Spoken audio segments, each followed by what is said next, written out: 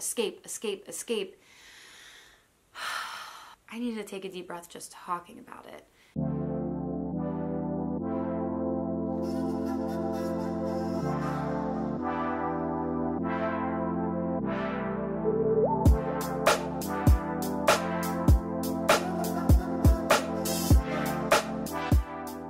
What is up, beautiful beings? My name is Carly, and today we're talking about the rave scene. Oh my god, I cannot take myself seriously in this wig. So let me start by saying I never wore wigs to raves or festivals or anything like that. I did wear all this other stuff, but I never wore wigs. I would just wear my hair, it's natural, curly, like craziness.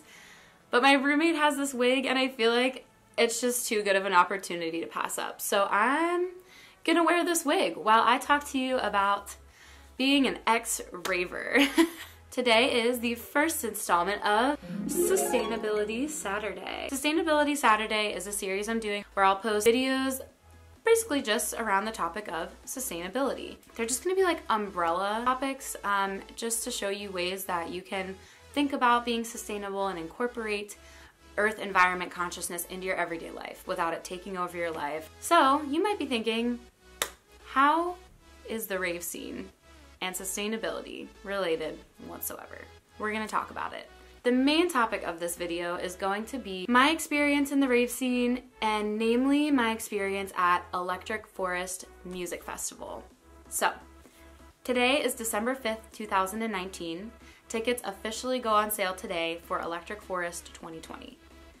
I will not be purchasing. Disclaimer. 1, life is all about perspective, and the world's going to present to you based on the perspective that you are seeing it through. So all of these things I'm about to talk about are solely my perspective. They don't speak anything to your experience. They are just mine. Number 2, I am not at all making this video to take a dump on the rave community. I will be talking about positive and negative aspects of the rave community, but I fully understand that scene. I have had some of the most profound, blissful, wonderful experiences of my life in the EDM community, and I will forever be thankful for that. Shout out to my besties, Jess and Becca, and their baes, Jeff and Anthony.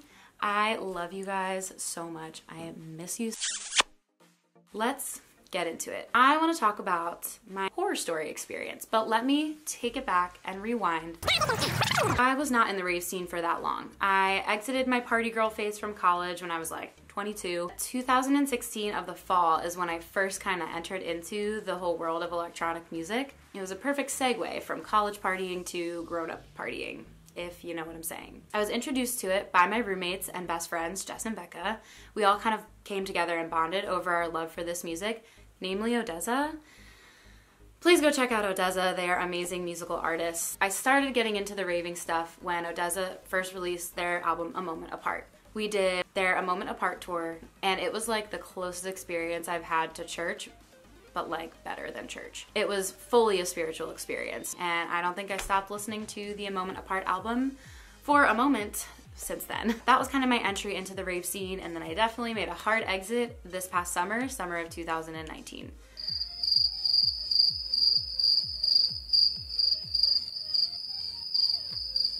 Okay, so I was in the scene for like 2.5 years-ish. It was enough. That's a testament to how time is a fabrication, because it feels like forever. And shout out to anyone in their 20s watching this. You know what I mean when I say in your 20s, 1 year can feel like 3. The lessons, the changes, it all is just full on. Let me start by talking about my first experience at Electric Forest. So this would be Electric Forest 2018. Right? Yeah. Electric Forest 2018 was one of the best weekends of my young life.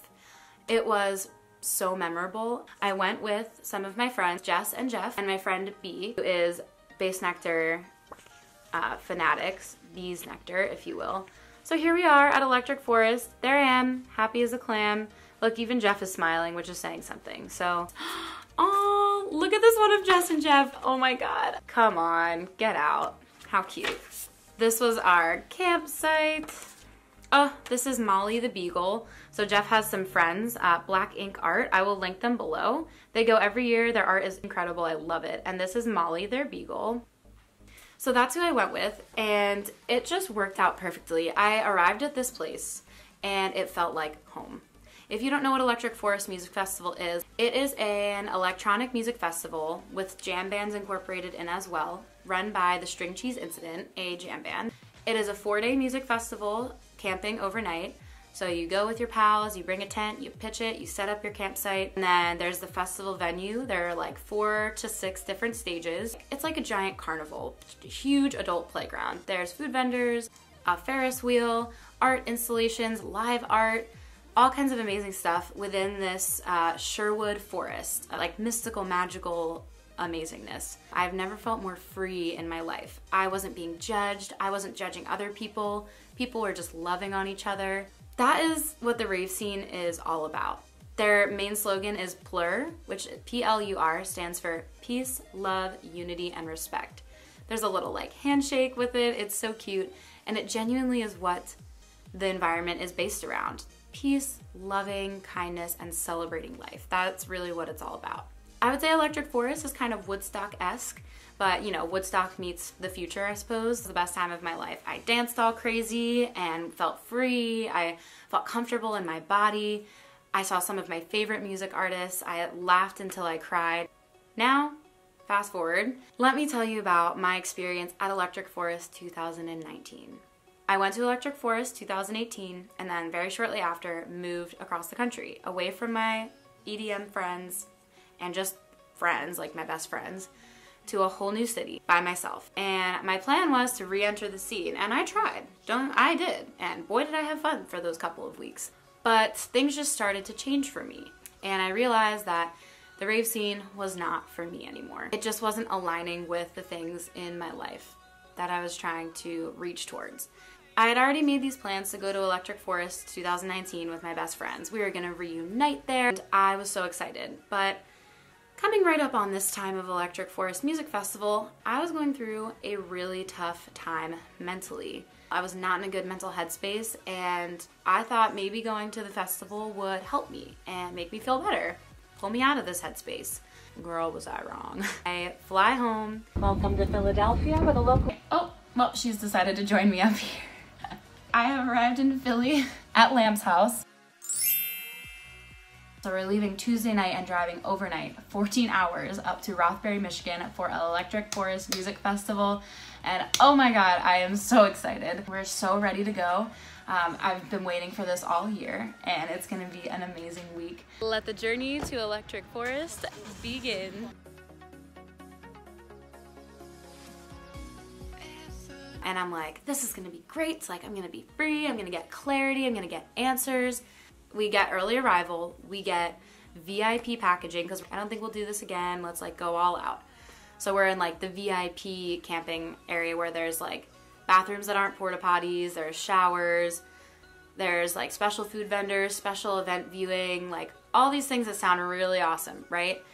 Well, so we get to the festival, I am stoked. I'm gonna vlog it. I'm like ready to jump into vlogging. I'm gonna document the whole thing. Just a little update. So we are doing Good Life. We have showers and bathrooms, private shows and private entrances to the venue and private viewing areas. And we really just thought that for our most likely our last time doing this, that we should splurge. So we're just resting in our tents after driving for so many hours. So we are so excited. Thought I would update you. Peace.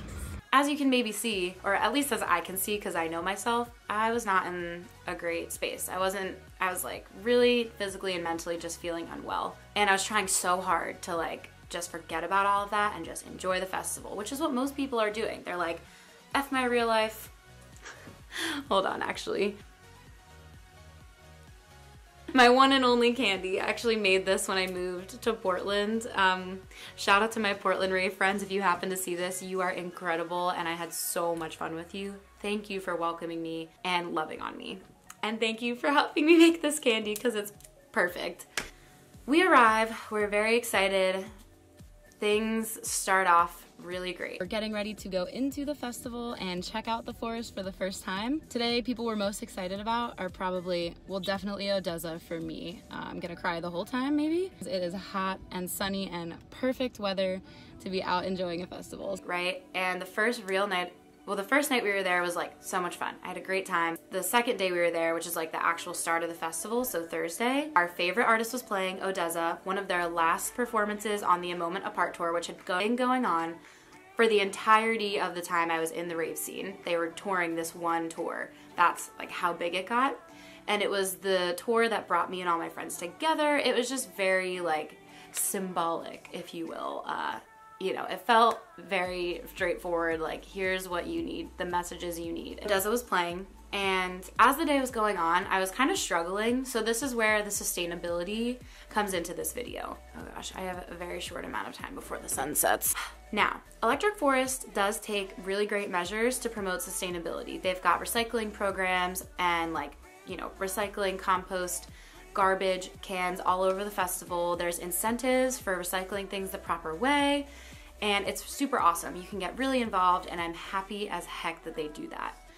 Now, something that I realized in the first couple of days of this festival is that you can take any measures that you want to promote proper disposal of trash at festivals like this, but there is no way to have a sustainable music festival like this. This year, they went from having 2 weekends of the festival to 1 weekend of the festival and sold a lot of tickets. 50,000 tickets. 50,000.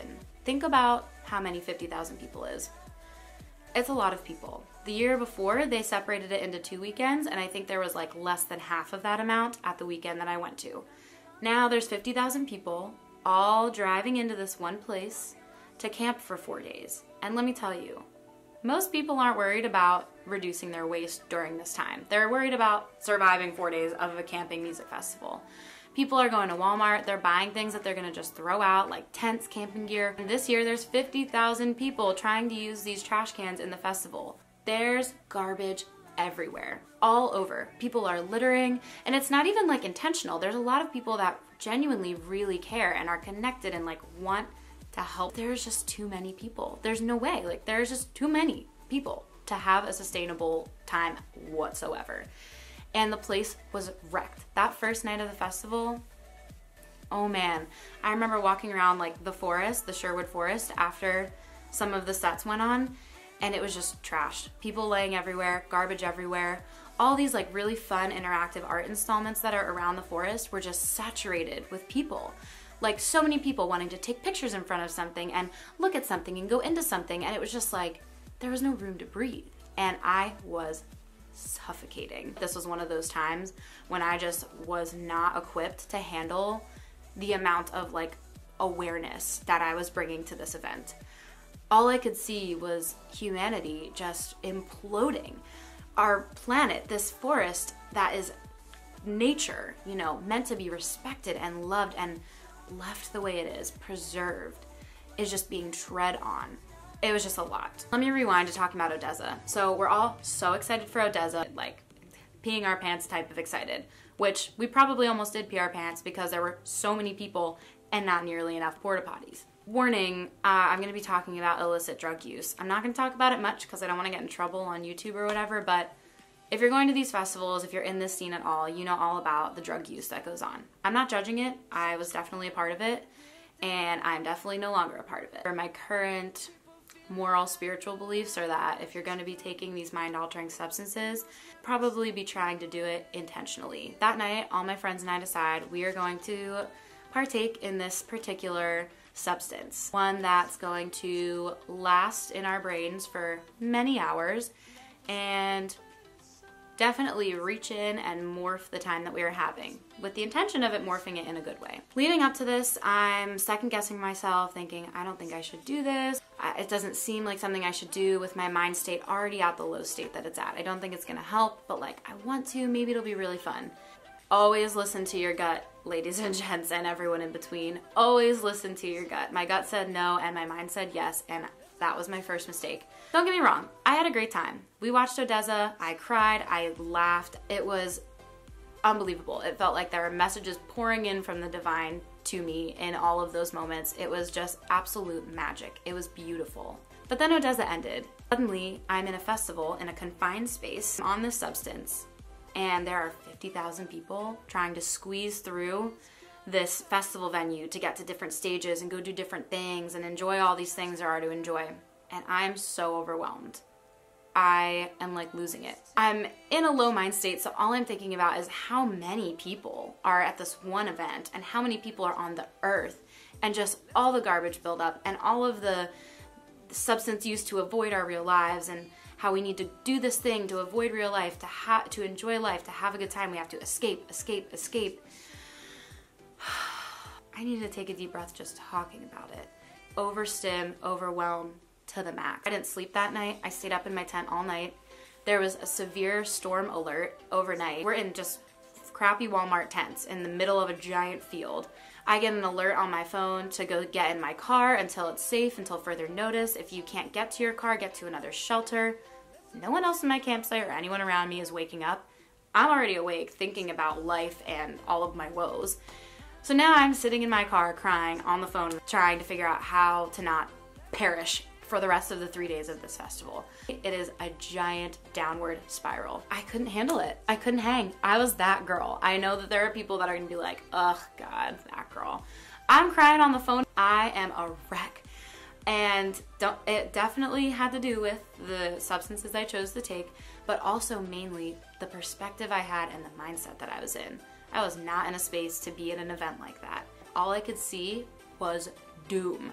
I came home from this festival and continued to see the world that way. Every movie I watched, every place that I went, every book that I read, anything. I would go sit out in nature in a wonderful, natural, beautiful area, and all I would think about was the demise of society and the downfall of humanity. Depression and anxiety, am I right? But it was not good. It was not a good place for me to be, and I formally apologize to and thank my friends for taking care of me at this festival, for like coaching me through my cries, not judging me, and not making me feel bad about what I had to do. This happens the first day of the festival, and I try to go on, like I'm gonna enjoy this damn thing, and I just couldn't. There weren't enough water stations, there weren't enough volunteers. So the way that they staff the event is that they have volunteers who essentially get free entry to the festival, which is a big deal because it's very expensive, and they work the booths, they work the food stations, stuff like this.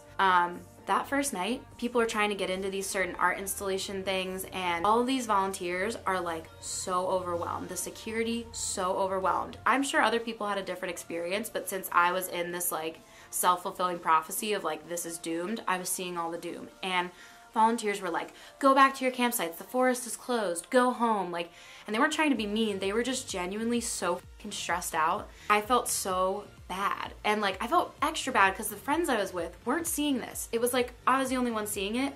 So I kept being like, we should go back to the campsite. We should get out of here. Struggling hard. I stopped vlogging. I stopped recording what we were doing altogether. I felt like I literally just had to survive. The showers were nasty. They were filthy with bacteria. People were having sex in them. It was not cute. Lines for food, ridiculous. Lines for water, which is very crucial on extremely hot days, ridiculous. I felt like everything I did was like a fight for me to survive this festival. That is so dramatic, and I still don't understand. It's like people just run on drugs and they're just like good. Drugs and adrenaline. Kudos to you. So I was talking about how they have volunteers to staff the events, right? Well, this year there's 50,000 people, and for some odd reason, the owner of this festival decides to cut volunteers from the program like 2 days before the festival. Honestly, maybe even 1 day before, because I remember reading about how like all these volunteers traveled to Michigan and suddenly had no entry to the festival because they got cut from the program. So they were definitely understaffed and overpopulated. All I was overhearing was other people being like, I paid so much for this, like I just wish they did a better job. Ugh, we spent all this time and money coming here and it's like A, B, and C. like people were not happy. Again, I'm sure there were people that were and had a fabulous time. I tried to see a couple of more artists with my friends, but I kept on having to ditch and be like, I'm so sorry guys, like I have to go back to camp. And I would go back to camp and like sleep and would cry. I felt like such a mess because I was. I mean, right after this, I fully fell into a depression. I'm doing much better now. I everything's good. So I ended up actually having to go home early. Ugh, I can't believe this happened. Like, I still am shocked that this happened. Also, the sun is fully setting right now, so I'm sorry if the lighting is changing. God bless my friends, Becca and Jess. They drove me to this hotel on the last day of the festival because I could not handle being there for another day. Like, I physically could not handle it. So I did not make it through Electric Forest 2019. Maybe I'm just washed up. It just didn't work out. It was not for me, and it was crazy because the first year I went, like I said, was the best weekend. It's all about your perspective. It's all about where you are on your journey and how you're viewing the world. So that's my story about Electric Forest 2019. Maybe I'll make more ex-raver stories because I have some good ones. It was just not for me this year, and it's not going to be for me this coming year. If you're going to Electric Forest 2020, first of all, congratulations. Have so much fun. I hope your favorite artists are going, and don't schedule yourself too much. Don't forget that artists you don't know about might be the best sets that you see all weekend. Hydrate, feed yourselves, and don't feel like you need to overdo it on the substance use. You can have just as much fun sober. Trust me, you really can. If you feel like you're struggling, if you're freaking out, go to your campsite. Go to your campsite and zone in. They do have safe spaces at the festival for people that are having a hard time that you can go to. Don't be afraid to go to other people. Other people will bring you in, they'll welcome you, they'll love on you. But if you are going through a depression or severe anxiety, I don't recommend going to an event like this. Sounds pretty obvious, right? Please try to reduce your waste. Don't use red Solo cups. Bring things to wash your plates and bowls. Try to think about it when you're packing, like, how can I substitute this thing for something that's a little more environmentally friendly? Wig snatched, wig flew. I am exiting year 1 and 2. Year 1, you were good to me. Year 2, you taught me lessons, and what more could I really ask for? Oh, something else I wanted to say before the sun goes down. If you are going to be using substances, which I'm not judging you for doing, do whatever your heart calls you to do. Just be careful, know where your substances are coming from, and get yourself some test kits. So these are from Test Kit Plus. I will link them down below. It's not illegal to purchase. There's nothing illegal about this. These are kits where you can test the substances you're using so that you know what you're using is safe. Party safe, have a great time, and yeah, help out people. If you see them struggling, help them out and keep that positivity. Whether you're in line for the bathroom, in line for food, or in a crowded space waiting for your favorite artist, just remember you're there to celebrate life. And this is a once-in-a-lifetime experience, guaranteed. Let loose, let your freak flag fly, and listen to your gut. That's really all I have for you today. Mental wellness reminder of the day. Always listen to your intuition. If your intuition says don't do something, don't do it. The mind-gut relationship. It doesn't matter if your mind says, hey, take that substance. It'll be fun. Don't worry about it. If your gut is saying, this isn't for me right now, don't do it. All right, the sun is going down. My glitter is flaking off me. This wig is itching my head. And I gotta go bang my head to some base nectar. I mean, I'm already dressed up. God, this wig flew. Tea spilt.